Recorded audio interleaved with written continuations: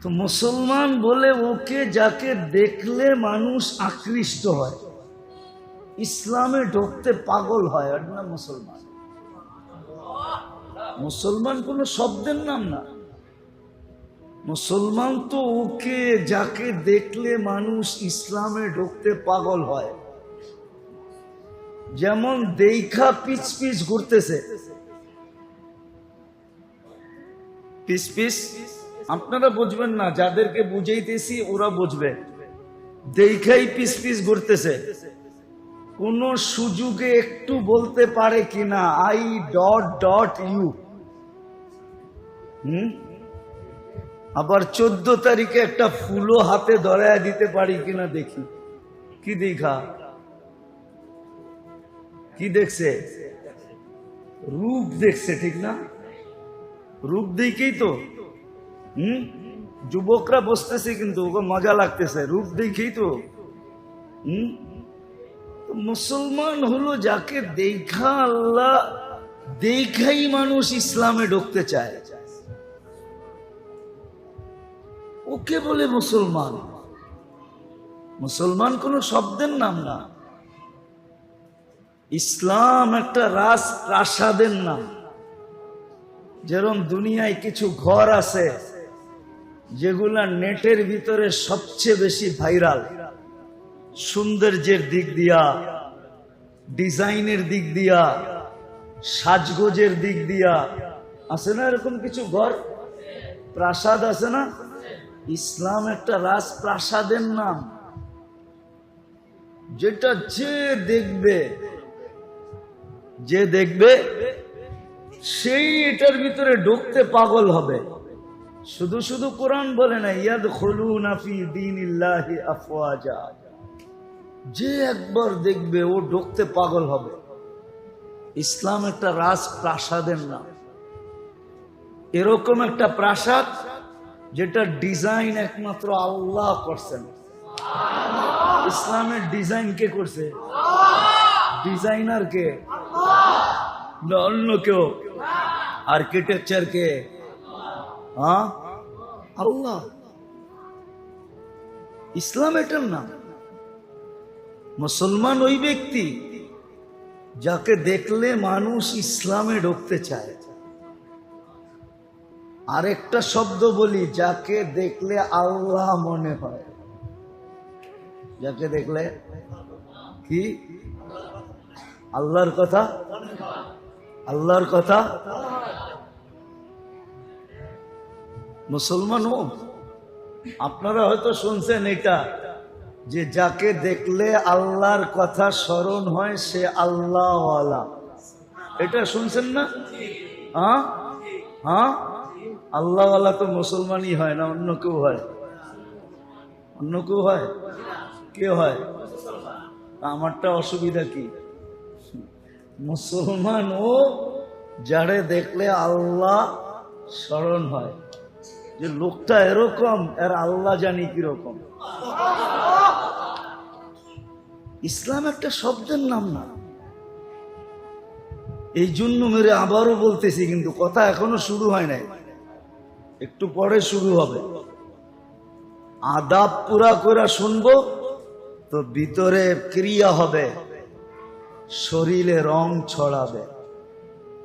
আজকে আফসোস তো এটাই, আফসোস তো এটাই, যাকে দেখা আল্লাহ চিনা যেত, যাকে দেখা আল্লাহ স্মরণ হইতো, যাকে দেখা আল্লাহ চিনা যেত, যাকে দেখা আল্লাহর পরিচয় পাওয়া যেত, যাকে দেখা আল্লাহর সন্ধান পাওয়া যেত, যেই ইসলাম দেখলে রাজপ্রাসাদ পর্যন্ত হার মাইনা মানুষের ভিতরে ঢুকতে পাগল হয়ে যেত, আজকে সারা দুনিয়া ওই মুসলমানের উপরে আঙ্গুল উঠায়। আফসোস তো আমার এইখানেই, কিন্তু দেখলে আল্লাহ চেনা যেত, আল্লাহর পরিচয় পাওয়া যেত, যার ভিতরে আল্লাহ দেখা যেত, আল্লাহর সন্ধান যার ভিতরে পাওয়া যেত, আল্লাহ স্মরণে আসতো, আল্লাহ স্মরণে আসতো। আল্লাহ স্মরণ। আমার বললে আবার অহংকারী বলে ফেলেন কিনা, যে বড় অহংকারের কথা বলতেছেন। আমরা দুনিয়া ঘুরা দেখছি, আসলে তো ভিতরে কিছু নাই, এটাই সত্য। কিন্তু আমাদের পোশাক আশাক দেখো, দুনিয়ার বহুত মানুষ বহুত সময় বহুত প্রশংসার শব্দ বলছে। মনে উঠলো এই জন্য বলতেছি, 2008-এর কথা। আমার একসাথে 25 দেশের সফর চলতেছিল, এন্টার ইউরোপ।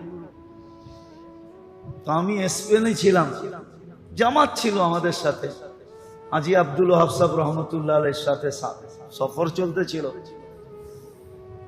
তো স্পেনে কোনো এক জায়গায় একটা ঘাঁটি আছে, যেটাকে আমরা আরবিতে বলি জাবালে তারেক বিন জিয়াদ। যেই পাহাড়ের উপর দিয়ে তারেক বিন জিয়াদ স্পেনে ঢুকছিলেন, যেটাকে আলজাবরা বলে, ওইখান দিয়ে সমস্ত জাহাজগুলা ঢুইকা একবারে ইসরায়েল পর্যন্ত যায়। এই সমুদ্র এইখান দিয়ে ঢুকতে হয়, ইউরোপ থেকে, আমেরিকা থেকে, ওটাকে আলজাবরা বলে। তো আমরা ঢুকতেছিলাম, শিপের থেকে নামার পরে আমাদের পাসপোর্ট নিয়ে গেছে পুলিশে। কয়েকদিন আগে একটা অঘটন ঘটে গেছিল স্পেনে, তো আমাদের পাসপোর্ট সবার নিয়ে নিছে। আমরা যার যার মতে আমলে ছিলাম। তো ঘন্টা খানিক পরে ওইখানে মেইন পুলিশ অফিসার আইসা একজনকে পাসপোর্ট, প্রথম পাসপোর্টটা আমার ছিল, আমাকে দিতে ছিল আর হাসতে ছিল আর বলতে ছিল, তুমি চিন্তিত তো না? আমি বললাম যে নো, আমি চিন্তিত হব কেন? হাইসা দিয়া বলতেছে, you are messenger of God, তোমরা তো আল্লাহর রসুল, তোমাদের পাসপোর্ট কে আটকায় রাখে? যদিও সে তো জানে না রসুল কাকে বলে, সে জানে মেসেঞ্জার মানে রসুল। তোমরা আল্লাহর রসুলের মেসেঞ্জার না, আমরা তাবলিগের কাজে আসছি। তো সে ডাইরেক্ট মেরা দিছে, you are messenger of God, তুমি তো আল্লাহর মেসেঞ্জার, তোমার পাসপোর্টকে আটকায় রাখে। এরকম প্রশংসার শব্দ দুনিয়াতে হাজারো বার শুনছি। শুধু এই রূপরেখার কারণে, কসম খোদার, রূপটা ছাড়া আর কিচ্ছু নাই ভিতরে। আমি তো আমাকে চিনি না, শুধু রূপটাই আছে। রূপের কারণে যদি বাস্তব থাকতো তাহলে কি হতো? কিন্তু আজকে মুসলমানের উপরই আঙ্গুল সবচেয়ে বেশি। আমি আসল কথায় চলে আসছি, কারণ মাত্র দুটা। কয়টা? দুই কারণে মুসলমান একটা তো করছে বটে, কিন্তু আরেকটা করে নাই। একটা করছে, দুনিয়ায় বসবাসের জন্য পরিবেশ করা দরকার, এই পরিবেশ তো মুসলমান করছেন। দুনিয়ার সাথে পাল্লা দিয়ে এই পরিবেশ তো করছেন। ভালো মতে বুঝেন, কিন্তু বসবাসের উপযোগী দুনিয়ার সাথে পাল্লা দিয়ে এই পরিবেশ তো করছি না, করতেছি না? করছি এবং করতেছি না?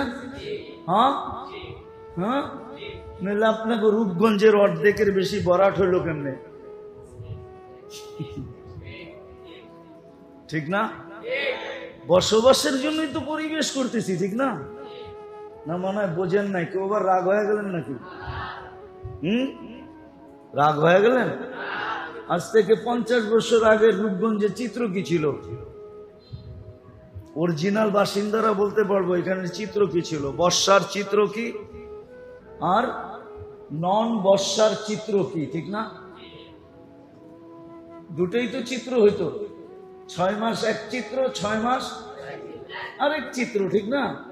হ্যাঁ, এখন তো রূপগঞ্জের রূপই পাল্টায় গেছে, ঠিক না? হ্যাঁ, আসলে রূপ এখন বাহির হইতেছে। এতদিন মাটির নিচে ছিল, এখন রূপগঞ্জের রূপ ফুটা উপরে বাহির হয়েছে। তো মুসলমান তো বসবাসের পরিবেশকে বানাইলো, পাল্লা দিয়া বানাইলো। আমার কথাটা ভালো মতে বোঝেন, আমরা কিন্তু পাল্লা দিয়া বসবাসের পরিবেশ বানাইতেছি।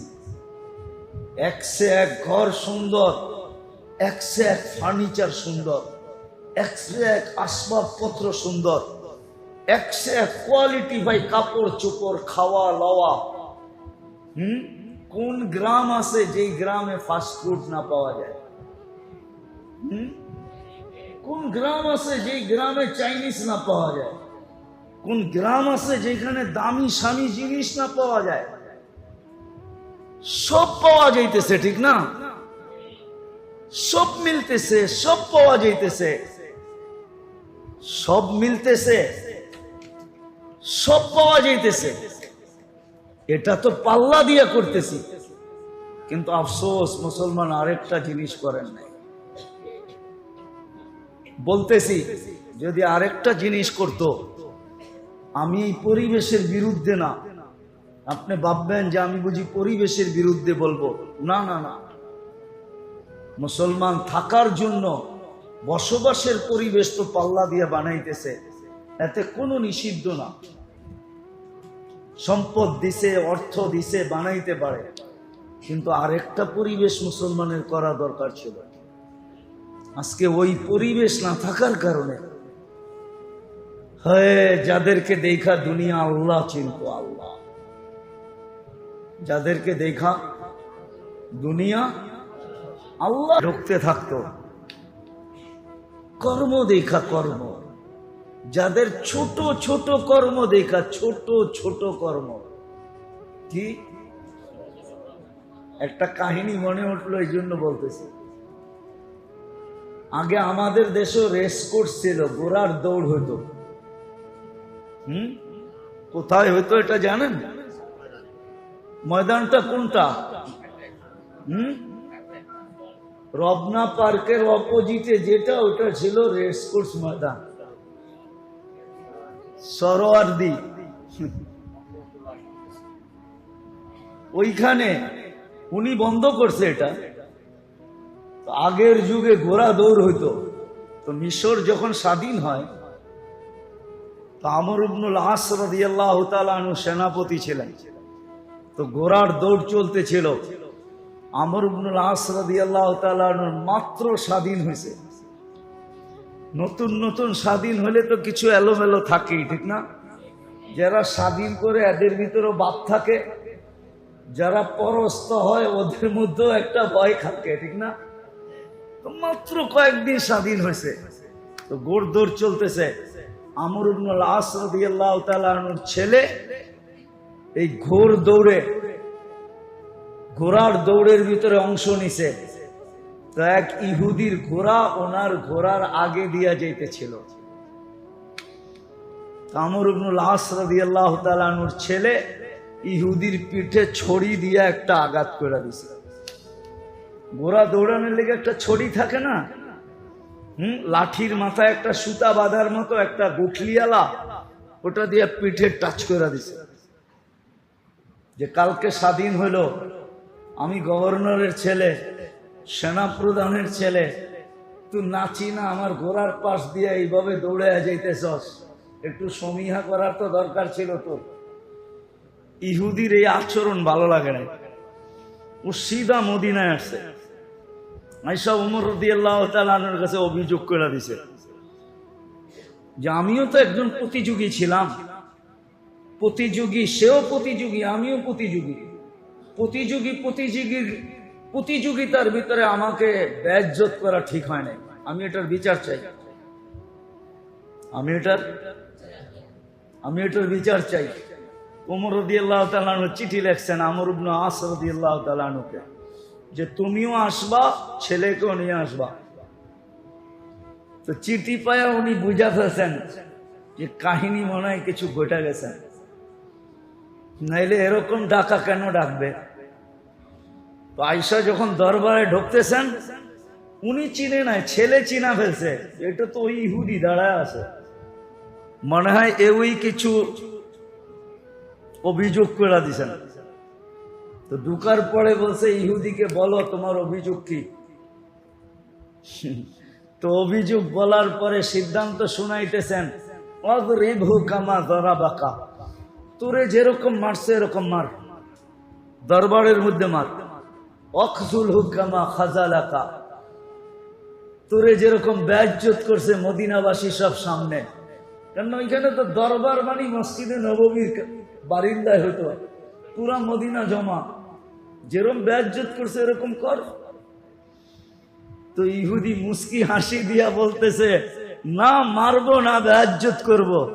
আমার দেখার বিষয় ছিল, শুনতাম মুসলমানদের আমিরুল মুমিনিন বড় ন্যায় প্রায়ণ, এত ক্ষুদ্র বিষয় নিয়ে এরকম ইনসাফ করবে, এটা আমার ধারণাই ছিল না। হাতটা বাড়ান, মুসলমান হই। কত ক্ষুদ্র জিনিস তাকে মুসলমানে ঢুকায় দিছে। আজকে আমাদের উপরে আঙ্গুল উঠে, সারা দুনিয়া মুসলমানের উপরে আঙ্গুল উঠায়, অথচ আমরা ওদের সাথে প্রতিযোগিতা লাগায়া, যুবক তোমার পায়ে হাত রাখে, তুমি ওদের সাথে প্রতিযোগিতা লাগায় চুল পর্যন্ত কাটো ওদের স্টাইলে, ঠিক না?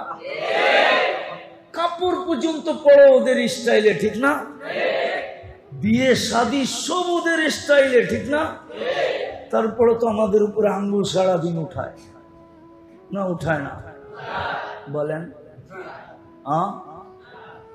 কেন উঠায়? এক যুবক তো নেটে না দেখা চুল কাটে না, সব যুবক তো নেটে দেখা চুল কাটে, সব মেয়েরা তো নেটে দেখা সাজগোজ করে, সব মেয়েরাই তো হাতের মেহেন্দি পর্যন্ত নেটে ডিজাইন দেখা লাগায়, পোশাক পর্যন্ত চয়েস করে নিজের নেটে দেখা।